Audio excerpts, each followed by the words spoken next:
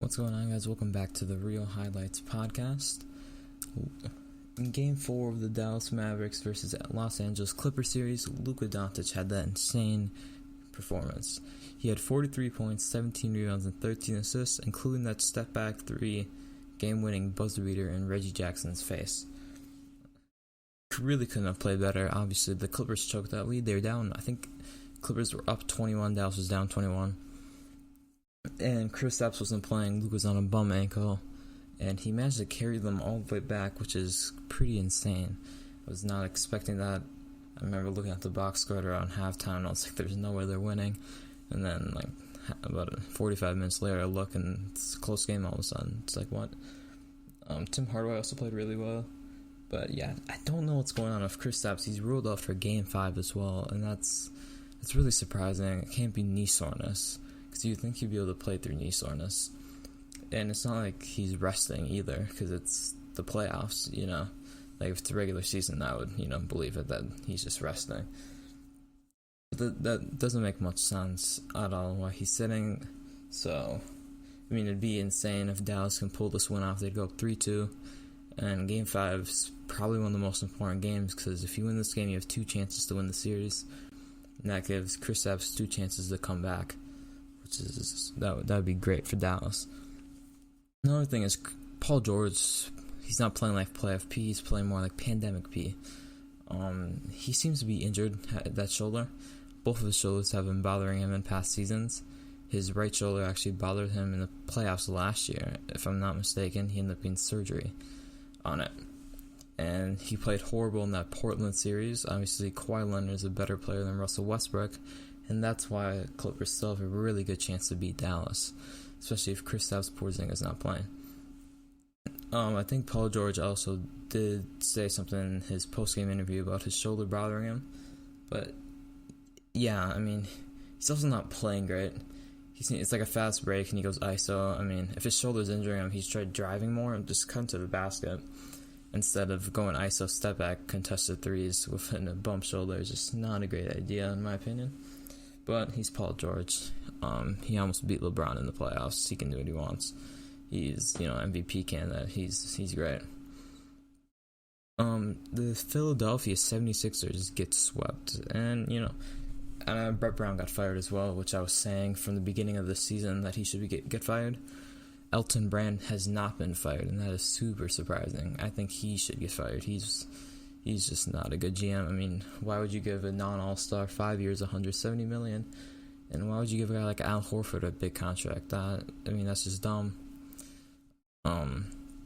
He seems to be decent at drafting. He drafted Embiid, he drafted Simmons, he drafted Matisse Thybulle, who's young and could end up being one of the better role players in the NBA. But they traded Covington and Sarge for Jimmy Butler, which is great for my Timberwolves. We were able to trade those guys then.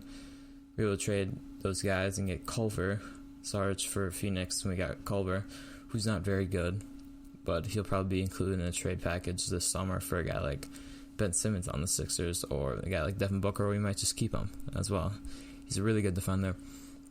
And Covington is not. We traded to Houston, got a couple picks. He was involved in that huge 4-team trade, a couple of weeks before a deadline, a couple weeks before the Timberwolves made that D'Angelo Russell trade. But now Houston is playing Rob Covington at center, and he's averaging 2 blocks and 2 steals a game. He's playing out of his mind on defense. But Philadelphia has no role players at all. They have Josh Richardson, who is in the Jimmy Butler trade. To me, there's no point in trading for Butler. I think if they couldn't win, they should have just got rid of Brett Brown. They should have got a better coach.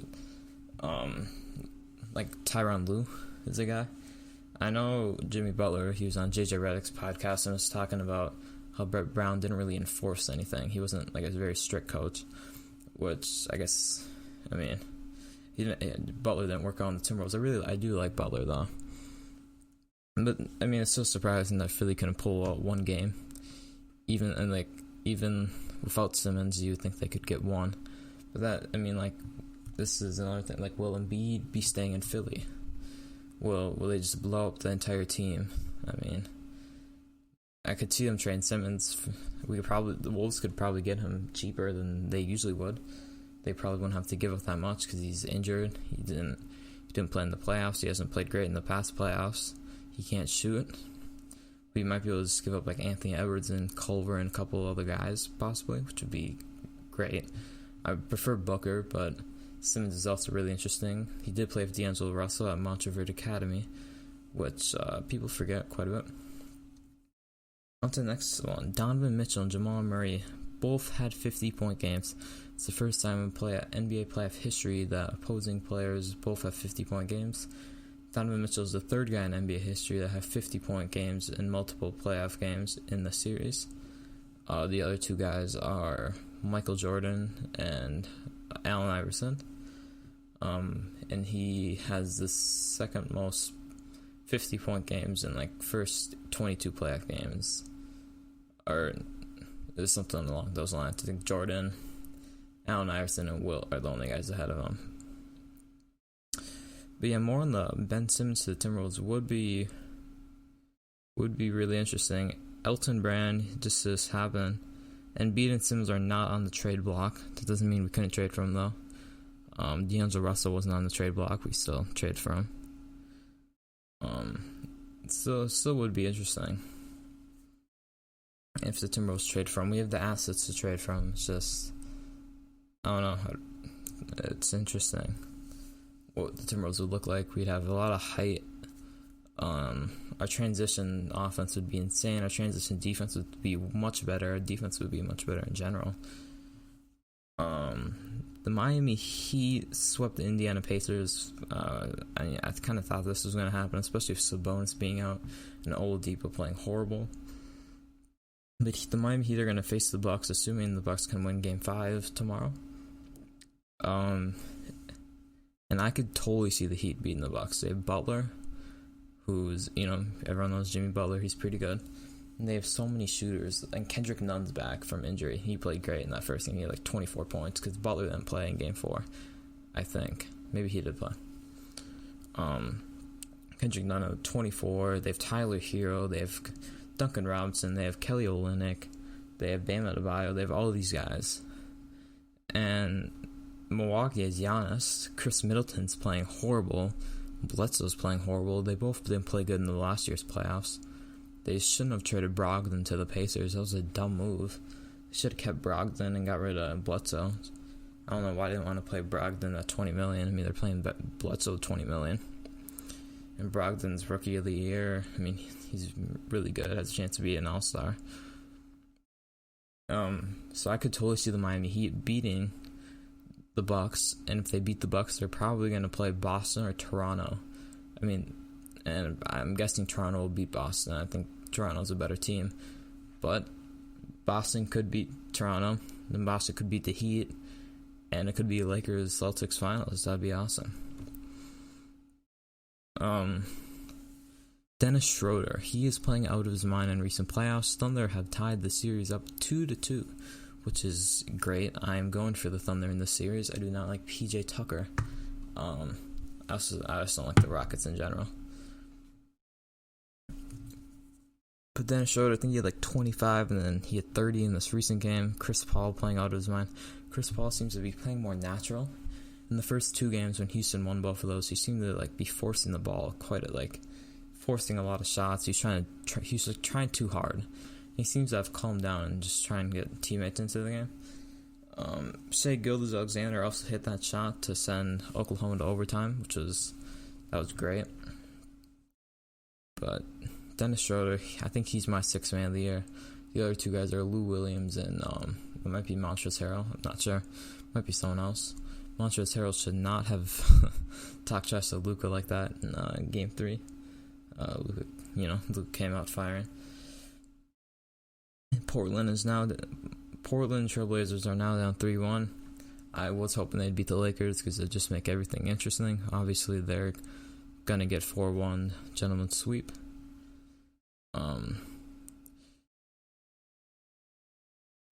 So let's talk more about the NBA draft.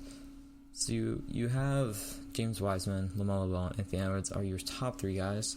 I want to actually pull up a mock draft just so I know all the prospects.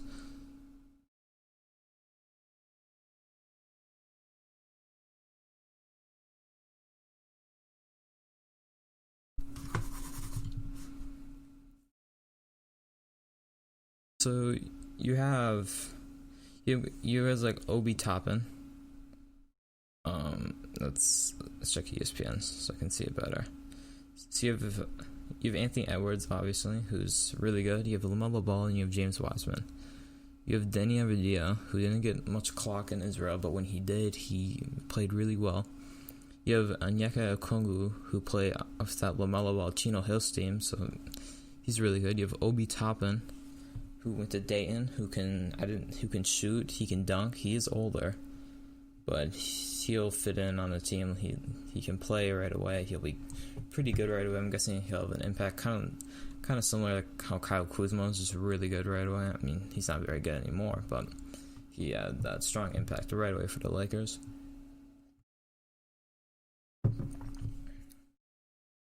You have Isaac Okoro, who plays really good defense.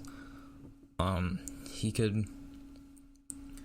be a really good defender. He's projected to go 7. He went to Auburn. They compare him to. He has a really good chance to be a great 3-and-D guy. There we go. Plays really good defense and he can shoot it, so he'll be great on a team that's trying to win now.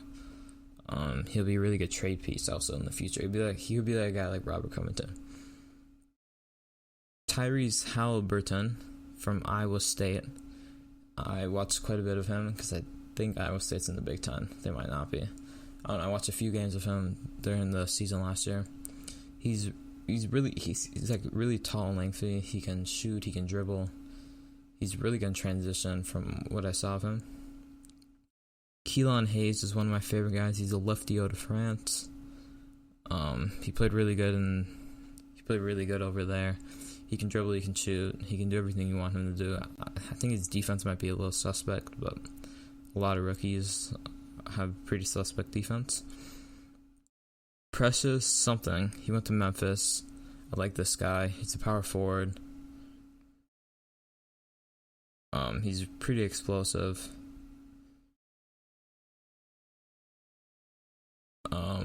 Aaron Naismith out of Vanderbilt. I haven't seen a lot of him. He's 6'6". He's a 7-foot wingspan. He's an above-average athlete whose strength and length give him a good upside to grow into both ends of the floor. Arguably the best shooter in the draft, made more than 4 threes a game and converted 50% of his attempts. That's insane.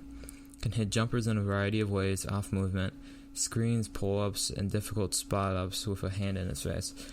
He is an 83% career free throw shooter. He only played 14 games due to a stress fracture in his foot. So he'd probably be a higher pick if that didn't happen. His team did play a week out of conference schedule, limiting NBA scouts to evaluate him against quality competition. He's not a really good shot creator. He's an average ball handler who has plenty of room to improve his passing, has good tools and he's a pretty good defensive player. Not great though. He could definitely improve there. And he gets beat off the dribble quite a bit. Patrick Williams out of Florida State. He has an ideal physical profile body for a forward. He's 6'8", 225, with a wingspan of around 7 foot. And his athleticism is really great. He has a powerful frame that should allow him to switch onto big men. He showed some flashes of touch shooting off the dribble from mid-range, as well as stepping into a spot of 3-pointers confidently. He had 84% of his free throw attempts, and he's the second youngest player in the draft, somewhat of a late bloomer who appears to have considerable upside. He can improve on offense. He's just a raw offensive player, one of the least prolific scorers among projected first-round picks, and he hasn't particularly efficient relative to his role. Game moves a little too quick for him at times. Posted the third worst assist-to-turnover ratio among projected draft picks who aren't big men. Intensity level and effectiveness. His intensity level and effectiveness defensively comes and goes. He's projected to be a 3-and-D combo forward.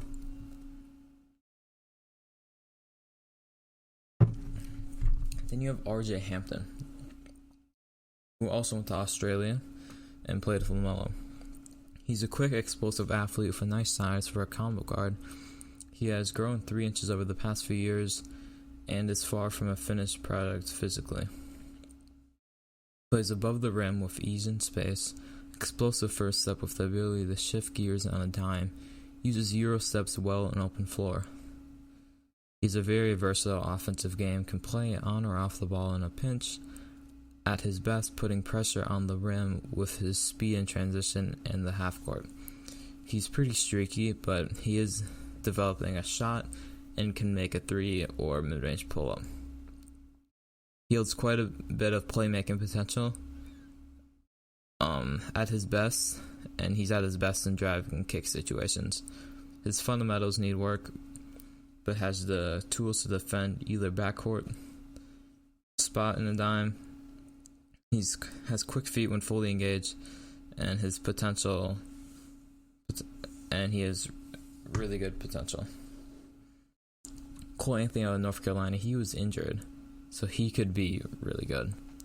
He's an aggressive, confident scorer who has been productive at virtually every stop, good in the open court, who changes ends quickly, creates space for himself with crossovers and stepbacks going left, and can knock down pull-ups with range. Change speed and directions, and he can initiate contact in the paint. Glimpses of competitiveness on the defensive end has shown the willingness to fight through ball screens, quick hands and feet when fully engaged. Impressed NBA scouts at the Nike Academy, competing in every session and going toe-to-toe with NBA players. He plays with a lot of confidence and can play off the ball with ability to shoot off the catch. I'm just gonna skip a few guys. Go down to a guy like Nico Mannion, who was really good in high school, and he's pretty consistent. He puts up around the same amount of numbers at every level he plays at. He offers a healthy blend of scoring and playmaking at the lead guard. Has potential as a 3-level scorer with his ability to make shots off the dribble with range, change speeds and directions, pull up in mid-range spots, and finish with floaters. He struggled at the rim in the half court, but can drop floaters from different angles. Can make virtually every read necessary to run a team. Gets trigger happy from time to time, but overall understands when to get his own and when to facilitate. Let's see who else is in this draft. Let's go. Isaiah Stewart. I've heard a bit about this guy. I think he'd be good. He's absolutely ripped. He has a powerful frame. Already has the body to battle with NBA bigs. He has wide shoulders, long arms, mobile for his size. Body type that he could get stronger, but he has done a great job of staying in shape. His 7'4" wingspan helps him play above the rim when he has a runway.